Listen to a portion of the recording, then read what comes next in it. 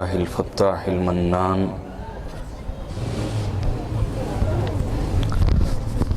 ذي الطول والإحسان والصلاة والسلام على سيدنا محمد ولد عدنان وعلى آله وصحبه الكرام إلى يوم الحساب والميزان.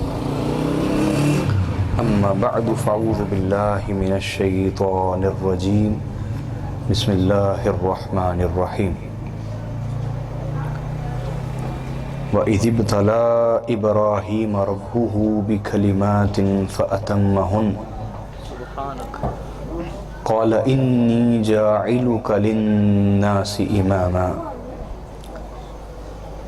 قال ومن ذريتي قال لا ينال عهد الظالمين. صدق الله مولانا العظيم وبلغنا رسوله النبي الكريم الأمين. محترم معزز حاضرین و سامعین، بالخصوص حضرت سید علی حسنین شاہ صاحب گیلانی حفظہ اللہ تعالی، جمیع حاضرین و سامعین سب کی بارگاہ میں محبتوں برا سلام پیش کرتا ہوں. السلام علیکم ورحمۃ اللہ وبرکاتہ.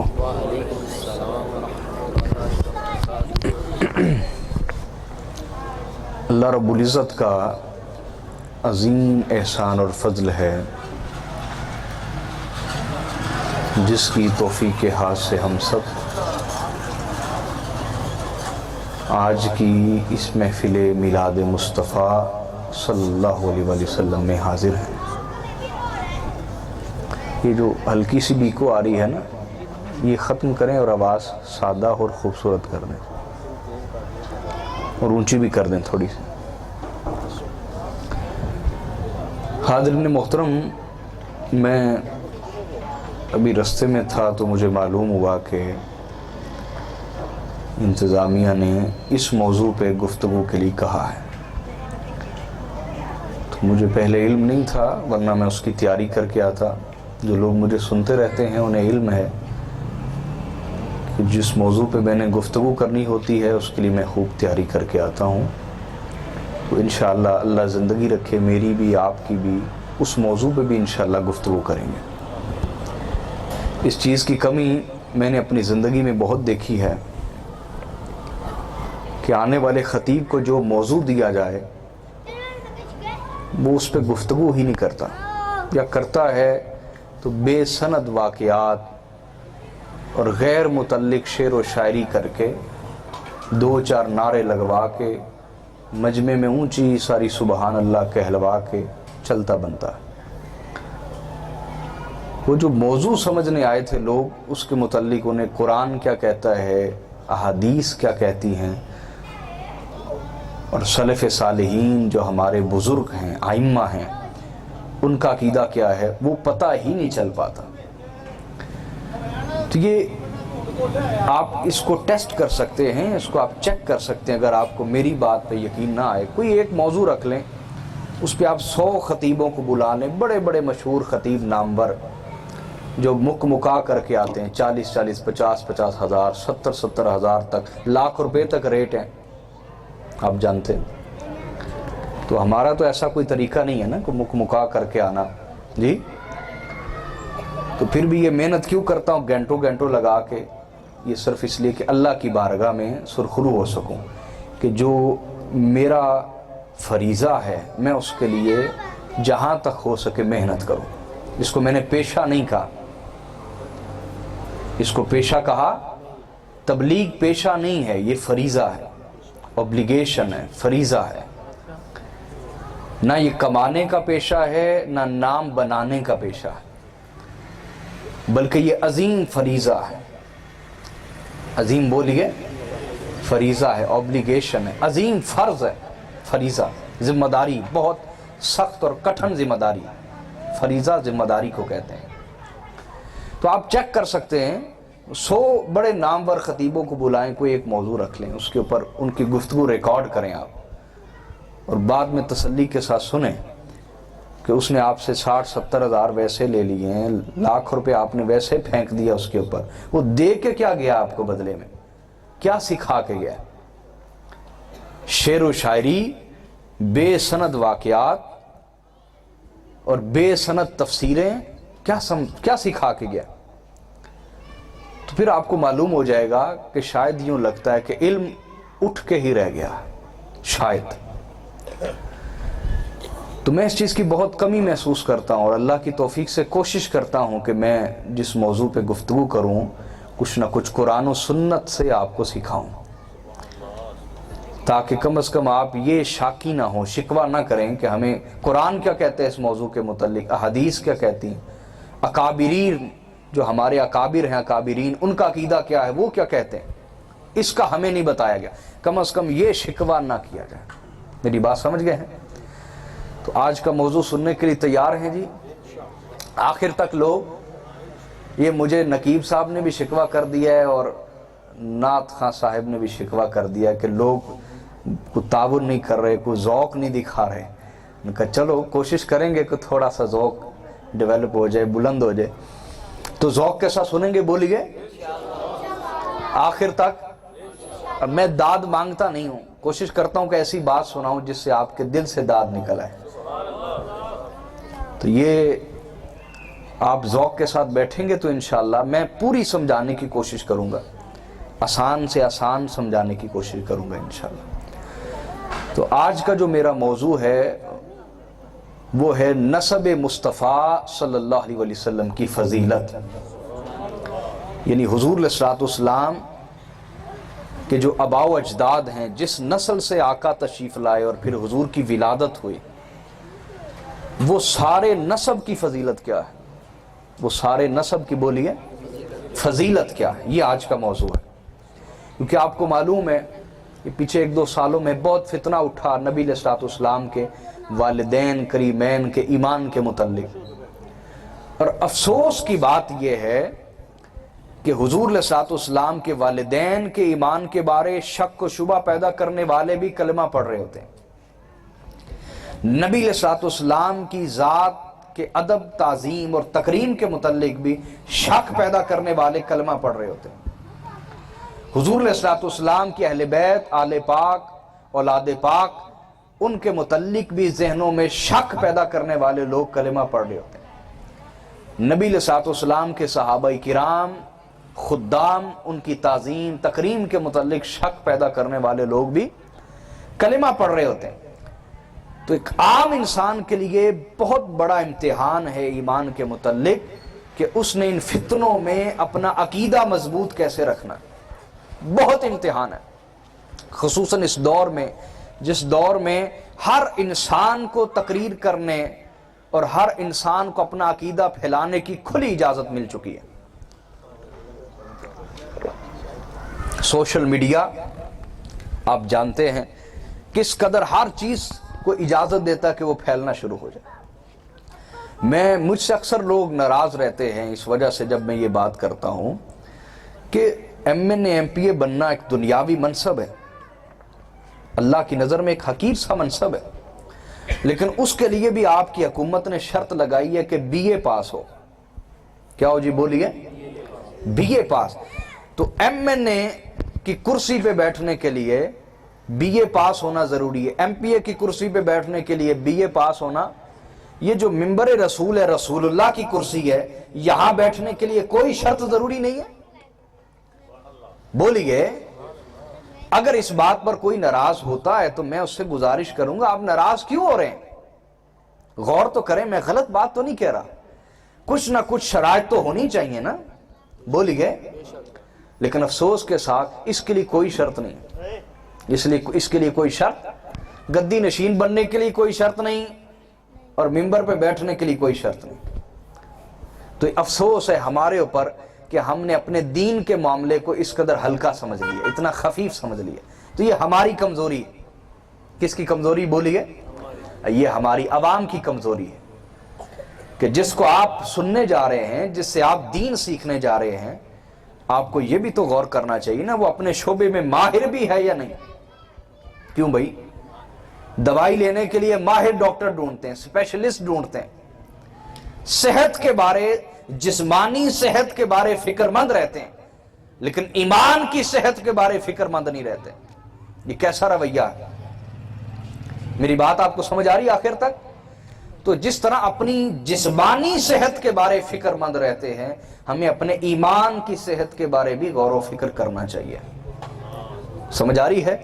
کوئی شخص اگر ہمارے نبی صلی اللہ علیہ وسلم کی ذات کے متعلق شک پیدا کر کے دین سکھا رہا ہے، اس سے کیوں سیکھ رہے ہیں؟ کوئی شخص نبی علیہ الصلوۃ والسلام کی آل اولاد کی محبت کو کم کرنا چاہتا ہے آپ کے دلوں سے، تو آپ کیوں سے دین سیکھ رہے ہیں؟ آپ کو غور کرنا چاہیے کہ مجھے اپنے حضور کے خاندان کے ساتھ وفادار ہونا ہے، اس سے میرا کیا لینا دینا؟ سمجھ آ رہی ہے بات یا نہیں آ رہی؟ بولیے۔ آئیے موضوع کا آغاز کرتے ہیں، توجہ ہے سب کی؟ نبی علیہ الصلوۃ والسلام کے نسب کی فضیلت اور عظمت۔ اللہ پاک نے ارشاد فرمایا سورۃ البقرہ، سورہ نمبر 2، آیت نمبر 124، 1-4، ارشاد فرمایا وَإِذِ ابْتَلَىٰ إِبْرَاهِيمَ رَبُّهُ بِكَلِمَاتٍ فَأَتَمَّهُنَّ۔ اے میرے نبی صلی اللہ علیہ وسلم، قرآن پڑھ رہا ہوں، آپ کے سامنے چند آیات پیش کروں گا اس موضوع پر۔ اے میرے نبی، وہ وقت یاد کریں جب اللہ نے ابراہیم علیہ السلام کو بعض باتوں کے ذریعے آزمایا، بعض امتحانوں کے ذریعے۔ بولیے، جب میں بولنے کو کہوں گا آپ بولیں گے تو آپ کو یاد ہوگا ساتھ ساتھ۔ بولیے، بعض باتوں کے ذریعے آزمایا، فَأَتَمَّهُنَّ، اور انہوں نے کمال درجے کے ساتھ ان امتحانات سے سرخروئی حاصل کی۔ اللہ نے آزمایا، اللہ نے، بولیے، مختلف آزمائشیں تھی نا، یعنی آگ میں ڈالے گئے، آزمائش تھی، ہجرت کرنا پڑی، اپنا وطن چھوڑنا پڑا، کیا تھی؟ بولیے، آزمائش تھی۔ اپنے چچا آزر سے لا تعلقی کا کہہ دیا، اس نے پالا پوسا بھی تھا، تعلق بھی رہا، لا تعلق ہو گئے، تو آزمائش تھی۔ سمجھ آ رہی ہے بات؟ پھر اولاد ہوئی تو اپنی بیوی اور اپنی اولاد کو چھوڑے مکہ، بیابان علاقے میں، آزمائش تھی نا، سرخرو ہوئے۔ پھر جب وہ جوان ہو گیا تو کہا اس کے گلی پہ چھری پھیر دو، لٹا کر ذبح کرنا چاہا، تو آزمائش تھی۔ کامیاب ہوئے یا نہیں؟ بولیے نا۔ پھر فرمایا جس جگہ تمہارے بیٹے اسماعیل کا گھر ہے، اس کو گرا کر یہاں میرا گھر بنا دو۔ باپ کی کوشش کیا ہوتی ہے؟ باپ کہتا ہے یہ میرے بیٹے کا گھر ہے، یہ دائیں والا بھی مل جائے تو اس کو گھر بڑا کر دو۔ اللہ فرما رہا ہے اسماعیل کا گھر گرا کر یہاں میرا گھر بنا دو۔ اسماعیل علیہ السلام کا گھر گرا دیا، وہاں کعبۃ اللہ تعمیر کیا۔ آزمائش تھی نا، کامیاب ہو گئے۔ طرح طرح کی باتوں سے اللہ نے آزمایا، فَأَتَمَّهُنَّ، لیکن ابراہیم علیہ السلام ہر آزمائش پر پورا اترے، کامیاب رہے۔ اب جب اللہ نے ہر طرح سے آزما لیا، دیکھیں نبیوں کا بھی امتحان ہو رہا ہے اور وہ پاس ہو رہے ہیں۔ یہاں جس بندے نے امتحان نہیں دیا، ڈگری نہیں لی، پاس نہیں ہوا، وہ چاہتا ہے کہ مجھے وہ مرتبہ اور مقام مل جائے جو امتحانات سے گزرنے کے بعد ملتا ہے، اور اس وجہ سے خرابیاں آتی ہیں۔ اس وجہ سے بولیے، مولانا روم رحمۃ اللہ علیہ کا قول یاد آ گیا۔ آپ فرماتے ہیں کہ 1000 قابل ترین آدمیوں کے مرنے سے اتنا نقصان نہیں ہوتا۔ کیا؟ 1000 قابل ترین آدمیوں کے مرنے سے اتنا نقصان نہیں ہوتا جتنا ایک نالائق اور نااہل شخص کے عہدے پر فائز ہونے سے نقصان ہوتا ہے، چاہے وہ دنیاوی عہدہ ہو چاہے وہ دینی عہدہ ہو، اتنا بڑا نقصان ہوتا ہے۔ بسم اللہ الرحمن الرحیم۔ میری بات سمجھے آپ؟ اب ابراہیم علیہ السلام کامیاب ہو گئے۔ ابراہیم علیہ السلام بولیے کامیاب ہو گئے۔ اب اللہ تعالیٰ نے ارشاد فرمایا امتحانات سے گزرنے کے بعد، فرمایا انی جاعلک للناس اماما، ابراہیم میں تمہیں انسانیت کا امام بنانا چاہتا ہوں۔ انسانیت کا لجپال تھے، فوری منہ سے نکلا وَمِن ذُرِّيَّتِي، اللہ میری اولاد میں سے بھی امام پیدا کرے گا۔ آئے ہائے ہائے، کریم تھے نا، مہربان تھے، نام بھی ابراہیم تھا۔ ابراہیم کا معنی ہے ابو الرحیم، رحم دل باپ۔ ابراہیم کا معنی کیا؟ بولیے نا یار، میں آپ کو سکھاؤں گا، بہت چیزیں سکھاؤں گا، لیکن آپ کو تعاون کرنا پڑے گا، بولنا پڑے گا ساتھ۔ علم ایسے تو نہیں مل جاتا نا, علم کے لیے مشقت نہ اٹھائیں اور علم مل جائے, ایسا کبھی نہیں ہوتا, تھوڑی سی بولنے کی مشقت کریں. تو ابراہیم کا معنی کیا ہے؟ رحم دل باپ, مہربان باپ تھے. کہنے لگے وَمِن ذُرِّيَّتِي, اللہ میری نسل میں سے بھی امام پیدا کرے گا؟ اللہ نے فرمایا ہاں تیری نسل میں سے بھی امام پیدا کروں گا, لیکن لا ینال عہد الظالمین, تیری نسل میں سے جو ظالم ہوگا اسے امام نہیں بناؤں گا, اور جو ظالم نہیں عادل ہوگا, جو بھی تیری نسل میں سے عادل ہوگا اسے انسانیت کا امام بناؤں گا. تو یہ نسب مصطفیٰ ہے کہ ابراہیم علیہ السلام سے لے کر ذات مصطفیٰ صلی اللہ علیہ وسلم تک جو بھی اس نسل میں سے آیا اور عادل ہوا, اللہ نے اسے زمانے کا امام بنایا ہے. آگے ان کے نام آئیں گے, میں انشاءاللہ گن گن کے آپ کو بتاؤں گا. تو یہ نسب مصطفیٰ کی فضیلت ہے. یہ نبی علیہ السلام کا نسب سمجھتے ہیں, یعنی میرا باپ, ان کا والد, ان کا والد, ان کا والد, وہ کون تھے, ان کی شان کیا تھی, ان کا مقام کیا تھا, اس کو بیان کرنا یہ نسب کہلاتا ہے. کیا کہلاتا ہے؟ تو اللہ نے نسب مصطفیٰ کی فضیلت بیان فرمائی کہ رسول اللہ صلی اللہ علیہ وسلم کا نسب وہ ہے جس میں اللہ نے امامت کو رکھ دیا ہے. کس کو رکھ دیا؟ بولیے, امامت کو. اسی طرح ارشاد فرمایا سورۃ البقرہ سورہ نمبر 2 آیت نمبر 127, فرمایا وَإِذْ يَرْفَعُ إِبْرَاهِيمُ الْقَوَاعِدَ مِنَ الْبَيْتِ وَإِسْمَعِيلُ رَبَّنَا تَقَبَّلْ مِنَّا إِنَّكَ أَنْتَ السَّمِيعُ الْعَلِيمُ. وہ وقت یاد کیجئے کہ جب ابراہیم علیہ السلام اور اسماعیل علیہ السلام کعبۃ اللہ کی بنیادیں تعمیر کر رہے تھے اور بلند کر رہے تھے, اور ساتھ ساتھ کہہ رہے تھے کہ مالک یہ ہماری طرف سے قبول فرمانا, بے شک تو ہی خوب سننے والا اور جاننے والا ہے, یعنی ہماری نیتوں کو جاننے والا ہے اور ہماری دعاؤں کو سننے والا. اور آگے کہنے لگے ربنا وجعلنا مسلمین لک ومن ذریتنا امتا مسلمتا لک, اے اللہ ہمیں بھی ہمیشہ اپنا فرمانبردار بندہ رکھنا, اور جو ہماری نسل آئے اس میں امت مسلمہ کو رکھنا, اس میں بولی امت مسلمہ کو رکھنا, جو بھی ہماری نسل ہو اس میں ایسی نسل کو رکھنا جو تیری فرما بردار ہو. مسلمان کا معنی کیا ہے جانتے ہیں آپ؟ جی کوئی بتا سکتا ہے مسلمان کا معنی کیا ہے؟ ایک جگہ اہل علم بیٹھے ہوئے تھے, میں نے سوال کیا مسلمان کا معنی کیا ہے؟ کہتے جو کلمہ پڑھے. میں نے کہا نہیں وہ تو اصطلاحی معنی ہے, شرعی معنی ہے. میں اس لفظ کا معنی پوچھ رہا ہوں, مسلمان یا مسلم کا معنی کیا؟ کسی نے کہا جو اللہ رسول کو مانے. میں نے کہا وہ تو شرعی معنی ہے, اس لفظ کا معنی تو نہیں ہے نا. کہنے لگے آپ پھر بتا دیں. میں نے کہا دیکھیں ہم جو ہیں ہمیں وہی نہیں پتا ہم کون ہیں, اور جس کو اپنے بارے پتا نہ ہو سکتا ہے کہ وہ ہو ہی نہ وہ. اس لیے ہمیں غور و فکر کرنی چاہیے کہ ہمیں پتہ ہے مسلمان کا معنی کیا ہے, مسلم کا معنی کیا. تو جان لیں کہ یہ عربی زبان میں اسلم یسلم اسلامن سے ہے, فہو مسلم. اسلام کہتے ہیں کسی کے آگے اپنے سر کو جھکا دینا, اپنے سر کو سر تسلیم خم کرنا, سر کو جھکا لینا. یہ پرانے دور میں ایک طریقہ ہوتا, کوئی شخص سر کو جھکاتا تھا اور کہتا تھا میری گردن حاضر ہے, جو حکم دیں گے میں وہی کروں گا, جو حکم دیں گے میں. اس عمل کو کہتے ہیں اسلام, اور جس میں یہ کیفیت آ جائے اسے مسلمان کہتے ہیں کہ وہ اللہ کے سامنے اپنی گردن کو جھکا دے اور کہے مالک میرا سر حاضر ہے, گردن حاضر ہے, بندہ حاضر ہے, تو جو حکم دے گا میری زندگی کا ہر عمل تیرے حکم کے مطابق ہوگا. جس کا کردار, جس کے شب و روز, جس کے معاملات, جس کے اخلاق اپنے اعمال سے, افعال سے, معاملات سے یہ ثابت کریں, اس شخص کو مسلم کہتے ہیں. اس کو کیا کہتے ہیں؟ اور جس کے یہ ثابت نہ کریں اس نے اپنا نام مسلم رکھا ہوا ہے, وہ اپنے کردار میں مسلمان بول گئے. تو ابراہیم علیہ السلام نے کہا باری تعالیٰ ہم دونوں کو اپنا مسلمان رکھنا, مسلم رکھنا, فرمانبردار رکھنا, اور ہماری نسل میں سے ایسی ذریت اولاد پیدا کرنا. ذریت اولاد کو کہتے ہیں ایسی ذریت پیدا کرنا جو تیری مسلم ہو, مسلمان ہو, مسلمین ہو. وَأَرِنَا مَنَاسِكَنَا وَتُبْ عَلَيْنَا إِنَّكَ أَنْتَ التَّوَّابُ الرَّحِيمُ. اب ابراہیم علیہ السلام دعا کر رہے ہیں, کعبۃ اللہ بنا لیا. اللہ نے فرمایا مانگو تو یہ مانگ رہے, مانگو تو یہ مانگ رہے, اللہ میری نسل میں سے میری ذریت میں سے ان لوگوں کو رکھنا جو تیرے مسلمان بندے ہوں. تیرے بولیے. اب ابراہیم علیہ السلام کی دعا قبول ہوئی یا نہیں؟ اللہ نے فرمایا مانگو، پھر مانگ رہے ہیں تو قبول ہوئی کہ نہیں؟ بولیے.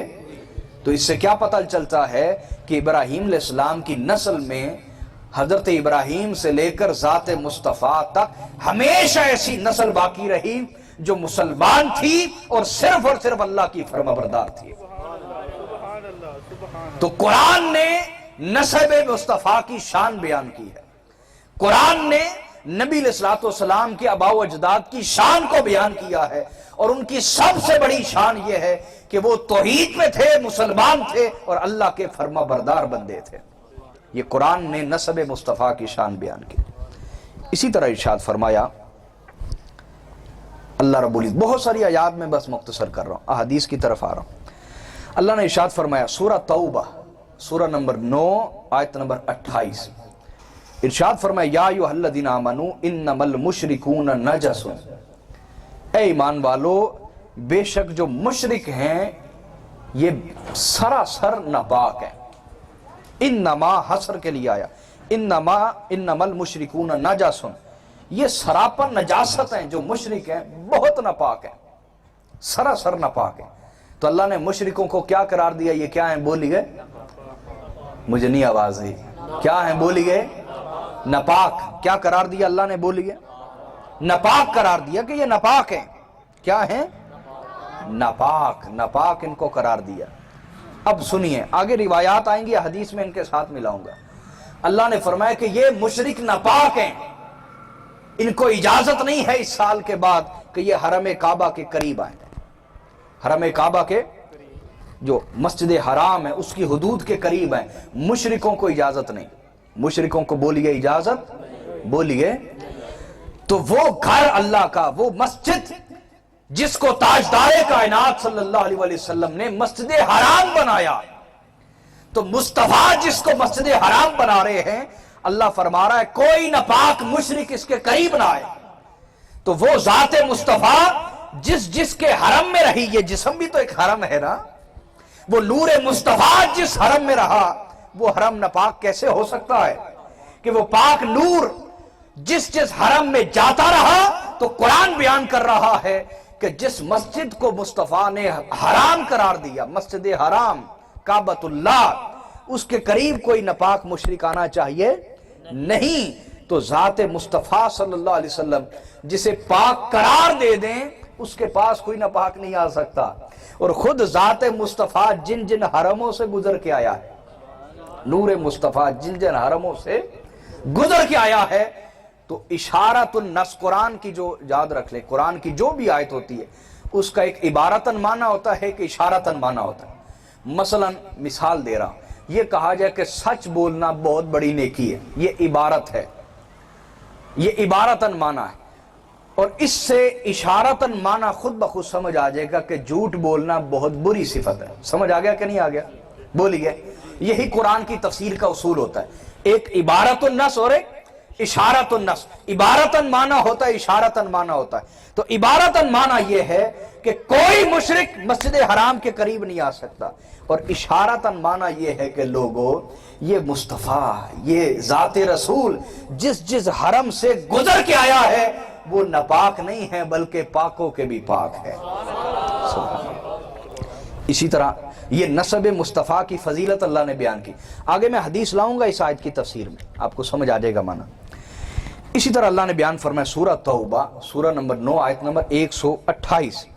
ارشاد فرمایا لَقَدْ جَاءَكُمْ رَسُولٌ مِّنْ أَنفُسِكُمْ عَزِيزٌ عَلَيْهِ مَا عَنِتُّمْ حَرِيصٌ عَلَيْكُمْ بِالْمُؤْمِنِينَ رَءُوفٌ رَحِيمٌ. کہ بے شک تمہارے پاس ایک بہت عظمت والا رسول آ گیا کہ جو تمہارے لیے بڑا مہربان ہے. تمہیں تکلیف ہو تو تم سے زیادہ انہیں تکلیف ہوتی ہے. آئے آئے آئے آئے. یہ کون سا علاقہ ہے؟ علی پور. علی پور والو توجہ تو فرمائے. قرآن میرے نبی کی شان کیا بیان کر رہا ہے؟ عزیز علیہ ما عنتم، اگر تمہیں تھوڑی سی بھی تکلیف آئے تو تمہارے نبی کو اس سے زیادہ ہوتی ہے. آئے آئے آئے. وہ چاہے گنبد خضرا میں ہو، آج بھی اگر آپ کو گھر میں کانٹا چبھے تو انہیں تکلیف ہوتی ہے. اتنا لجپال، اتنا کریم